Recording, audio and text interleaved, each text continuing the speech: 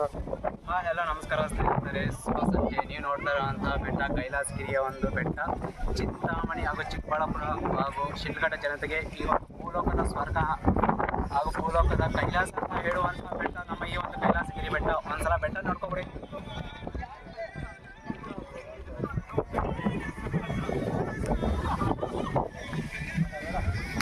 ಈ ಬೆಟ್ಟದ ವಿಶೇಷತೆ ಏನಂದ್ರೆ, ಈ ಬೆಟ್ಟದ ಒಳಗಡೆ ಒಂದು ಗುಹೆ ತರ ಮಾಡಿದ್ದಾರೆ. ಆ ಗುಹೆ ಒಳಗಡೆ ನೀವು ಹೋದ್ರೆ ಬೇಸಿಗೆ ಕಾಲ ಆಗಲಿ ಚಳಿಗಾಲ ಆಗಲಿ ತಂಪಾದ ಗಾಳಿ ಇರುತ್ತೆ. ಆ ಒಂದು ಗುಹೆ ಅದೇ.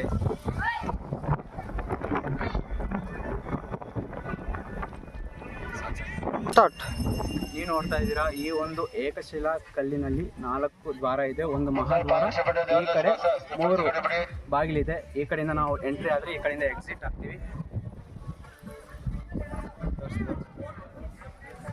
ಈ ಒಂದು ಮಹಾದ್ವಾರದಲ್ಲಿ ನಾವು ಎಂಟ್ರಿ ಆದರೆ ಇಲ್ಲೊಂದು ರಂಗಮಂದಿರ ಇದೆ. ಒಳ್ಳೆ ವಿಶಾಲವಾದಂಥ ಜಾಗ. ಬನ್ನಿ ನೋಡ್ಕೊ ಬರೋಣ.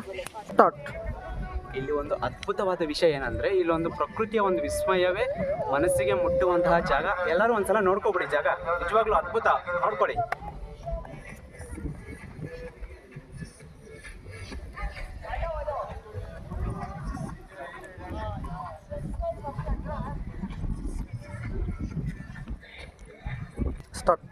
ಇಲ್ಲಿನ ವಿಶೇಷತೆ ಏನಂದ್ರೆ, ಮಹಾಶಿವರಾತ್ರಿ ಹಾಗೂ ಸೋಮವಾರದ ದಿನಗಳಲ್ಲಿ ದೇವರಿಗೆ ಅಭಿಷೇಕ ಮಾಡ್ತಾರೆ. ಬನ್ನಿ, ಇದೇ ನಮ್ಮ ಗುಹೆ. ಬನ್ನಿ ಒಂದ್ಸಲ ನೋಡ್ಕೊಬಿಡಿ.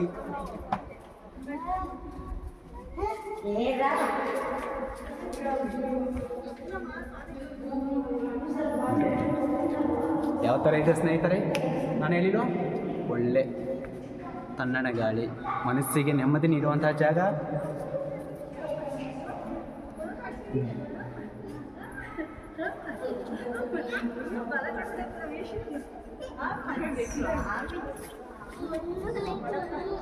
ಇನ್ನೊಂದು ವಿಶೇಷತೆ ಏನಂದ್ರೆ, ಆ ಕಡೆ ನಮ್ಗೆ ಯಾವ ಥರ ಗುಹೆ ಇದೆಯೋ ಈ ಕಡೆನೂ ಒಂದು ಕಲ್ಲಿನಲ್ಲಿ ಏಕಶಿಲಾ ಲಿಂಗ ಕೆತ್ತನೆ ಮಾಡ್ತಿದ್ದಾರೆ.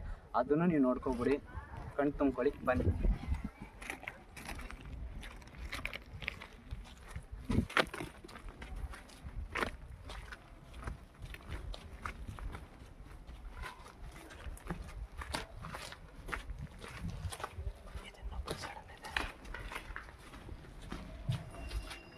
ಏನು ಗೊತ್ತಾ, ಇದಿನ್ನ ಪ್ರೊಸೆಸಲ್ಲೇ ಇದೆ.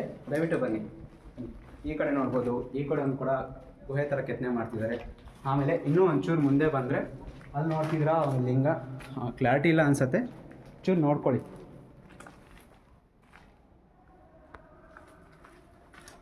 ಆಮೇಲೆ ಈ ಕಡೆ ಸಹ ಒಂದು ಕೆತ್ತನೆ ಮಾಡ್ತಾ ಇದ್ದಾರೆ. ಈ ಒಂದು ಸುಂದರವಾದಂಥ ಗುಹೆ ನಿಜವಾಗ್ಲೂ ಮನಸ್ಸಿಗೆ ನೆಮ್ಮದಿ ಕೊಡುತ್ತೆ. ದಯವಿಟ್ಟು ನೀವೆಲ್ಲ ಫ್ರೀ ಇದ್ದಾಗ ಈ ಒಂದು ಸ್ಥಳಕ್ಕೆ ಬನ್ನಿ.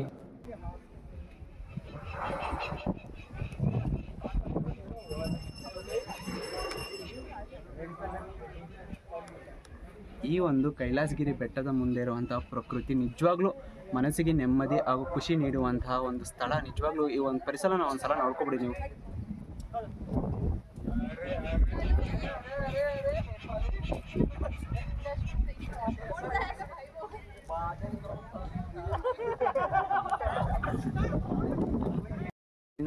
ಇಲ್ಲಿನ ಒಂದು ಅದ್ಭುತವಾದ ಸಂಗತಿ ಏನೆಂದರೆ, ನಮ್ಮ ಉತ್ತರ ಕನ್ನಡ ಅಂದರೆ ಮಲೆನಾಡು ಜನತೆಗೆ ಯಾಣ ಕೇವ್ಸ್ ಅಂದರೆ ಯಾಣ ಗುಹೆ ಯಾವ ಥರನೋ, ನಮ್ಮ ಬೆಂಗಳೂರು, ಚಿಕ್ಕಬಳ್ಳಾಪುರ, ಚಿಂತಾಮಣಿ, ಶಿಡ್ಲಘಟ್ಟ ಹಾಗೂ ಕೋಲಾರ ಜನತೆಗೆ ನಮ್ಮ ಈ ಒಂದು ಮಹಾ ಕೈಲಾಸಗಿರಿ ಬೆಟ್ಟ ಅದೇ ಥರ. ನೀವು ಇದ್ರ ಮುಂದೆ ನೋಡ್ಬೋದು, ಬೆಟ್ಟದ ಒಂದು ಕಲ್ಲಿನ ರಾಶಿ, ಕೊರೆದಿರುವಂಥ ಕಲ್ಲಿನ ರಾಶಿ ನೋಡ್ಬೋದು. ನಮ್ಮ ಕೈಲಾಸಗಿರಿಯ ಈ ಒಂದು ಅನ್ನಪೂರ್ಣೇಶ್ವರಿ ಮಂದಿರ ಭಕ್ತಾದಿಗಳು ಯಾರಾದರೂ ಮಧ್ಯಾಹ್ನ ಬಂದಾಗ ಇಲ್ಲಿ ಒಂದು ಅನ್ನ ಸಂತರ್ಪಣೆ ಮಾಡ್ತಾರೆ. ದಯವಿಟ್ಟು ಮಧ್ಯಾಹ್ನ ಅನ್ನ ಸ್ವೀಕರಿಸಿ ಹಾಗೂ ನಿಮಗೆ ಕೈಲಾದಷ್ಟು ಕೊಡುಗೆ ನೀಡಿ. ನಮ್ಮ ಹಿರಿಯರು ಹೇಳಿದ ಹಾಗೆ ಅನ್ನದಾನವೇ ಮಹಾದಾನ.